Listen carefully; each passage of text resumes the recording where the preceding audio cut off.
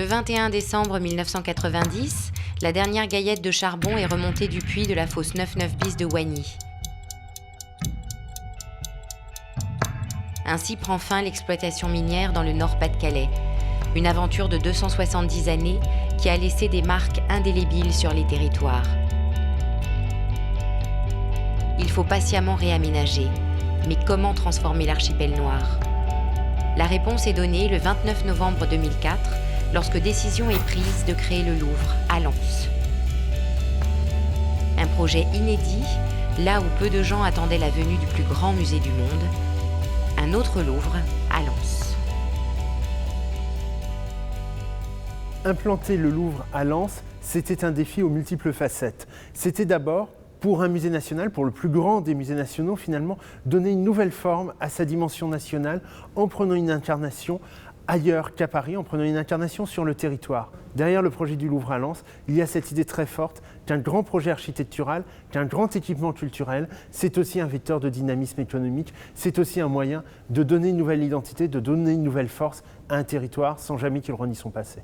Assumer un passé industriel douloureux mais prestigieux, le bassin minier du Nord-Pas-de-Calais l'illustre le 30 juin 2012 lorsqu'il est inscrit au patrimoine mondial de l'UNESCO. Cette inscription à l'UNESCO, pour nous, c'est d'abord donner de la fierté et de la reconnaissance aux habitants du bassin. Mais au-delà d'améliorer l'estime de soi et donc la capacité à retrouver de la confiance, c'est aussi changer l'image du territoire, une image de qualité. C'est la plus belle marque mondiale qui puisse exister. Et donc derrière ça, c'est finalement redonner la capacité d'entreprendre, du dynamisme, de oser porter des projets. Le Louvre, c'en est un exemple. Et finalement, c'est dans la tête que va se jouer le plus l'apport de l'UNESCO.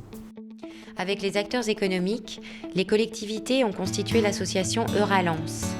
Ses missions, aménager le territoire et fédérer des projets qui délimitent les contours d'une métropole régionale en devenir.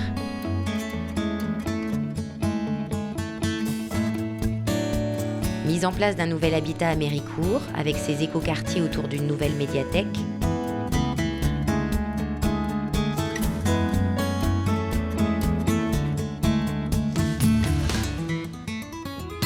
Émergence d'équipements culturels innovants, comme le métaphone, nouvel instrument de musique urbain, construit à Wagny sur le site de la fosse 99 bis, où son et architecture deviennent indissociables. Lancement d'organismes de formation à l'image d'Euralogistique au sein de la plateforme de Dourges, le plus grand terminal multimodal au nord de Paris.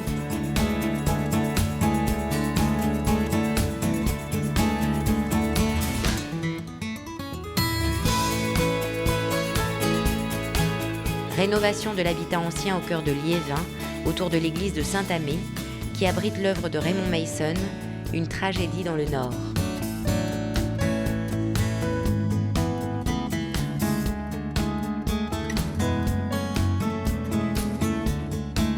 Le Louvre-Lens est le cœur d'un futur archipel vert.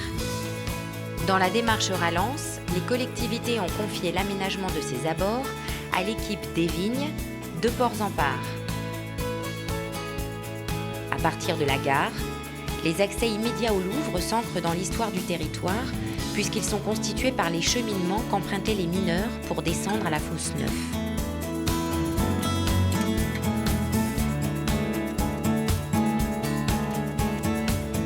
Un vocabulaire paysager simple est adopté et un système de plantation original unifie et rassemble les différents projets entre eux qui contribuent à bâtir l'identité d'une nouvelle métropole durable.